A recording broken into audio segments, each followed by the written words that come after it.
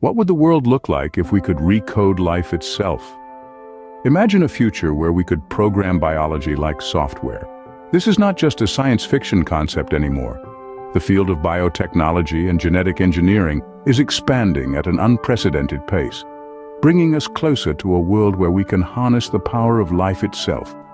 In the near future, we could see the creation of organ farm technology, where we grow human organs in labs, eliminating the need for organ donors. Imagine a world where you could order a new heart or liver, tailored specifically to your body's needs, reducing the risk of organ rejection. Then there are biorobots, machines built from biological components instead of metal and plastic. These biorobots could revolutionize fields like medicine and environmental conservation, performing tasks that are too dangerous or delicate for human hands. And let's not forget about advanced bioprinting. This technology could enable us to print tissues and organs, layer by layer, creating a living structure that could be implanted into a patient. We're talking about a future where you could print a new kidney or a heart valve right in the doctor's office. Now, let's consider the role of corporations in this brave new world. With their vast resources, corporations could invest heavily in these technologies, accelerating their development and bringing them to the mainstream. This could lead to a future where biotech companies are as influential and ubiquitous as today's tech giants. But with great power comes great responsibility. These advancements in biotechnology and genetic engineering could bring about profound changes in our society, changes that we need to prepare for. As we push the boundaries of what's possible, we must also consider the ethical implications. How will these technologies be regulated? Who will have access to them? And most importantly, how will they shape our understanding of what it means to be human? As we stand at the precipice of this new era, many questions arise. What if our food and homes could be bioengineered? Imagine a world where the food we consume and the homes we live in are products of advanced biotechnology. This isn't just a wild sci-fi fantasy. It's a potential reality that scientists and engineers are working towards. Let's start with food. The world is facing an increasing demand for food, and traditional farming methods are struggling to keep up. Enter bioengineered food. We're talking about crops that have been genetically modified to resist pests, withstand harsh weather conditions, and yield more produce. Some plants are even being engineered to enrich their nutritional content. Bioengineered food could be the answer to global food security and could potentially eradicate world hunger. But how about the homes we live in? This is where New Age living bioarchitecture comes into play. Inspired by nature, architects are exploring eco-concrete that mimics the resilience and adaptability of coral reefs. This bio-inspired approach to building is not only environmentally friendly but also highly efficient. Imagine living in a house that can self-repair cracks, absorb harmful pollutants, or even change its structure according to the weather. This is the promise of bioarchitecture. However, with such revolutionary advancements, there are also potential impacts on the environment and society that we need to consider. For instance, while bioengineered food could solve hunger issues, it could also potentially lead to loss of biodiversity and unforeseen health effects. Similarly, while bioarchitecture could reduce our carbon footprint, it might also lead to job losses in traditional construction industries. In the face of these challenges, it's crucial to strike a balance between technological advancement and ethical considerations. The path to a bioengineered future will be fraught with obstacles, but with careful planning and regulation, we can navigate these hurdles. As we stand on the brink of this new era, one thing is certain: the intersection of biology and technology holds immense potential. It's a brave new world out there, and we're just getting started. The possibilities are endless, and the potential is immense. What if the underground could change the world? Let's delve into the mysterious realm of biopunks and cyberpunks. These are not your average tinkerers. They're a subculture of individuals who dare to challenge the status quo, merging biology and technology in ways that most of us could only imagine. In the dimly lit corners of their makeshift labs, they're experimenting with creating new age food and pets. They're not waiting for the future, they're building it. They're biohacking their way to a new era, one petri dish and circuit board at a time. Imagine a world where your dinner is not grown on a farm but in a lab, where your pet is not born but bioengineered.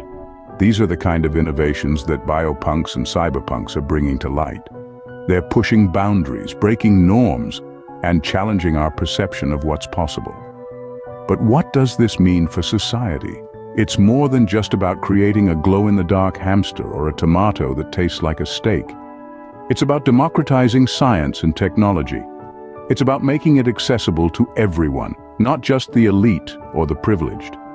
This underground movement could lead to a new era of innovation. It could spur the development of new technologies and solutions to problems we didn't even know we had.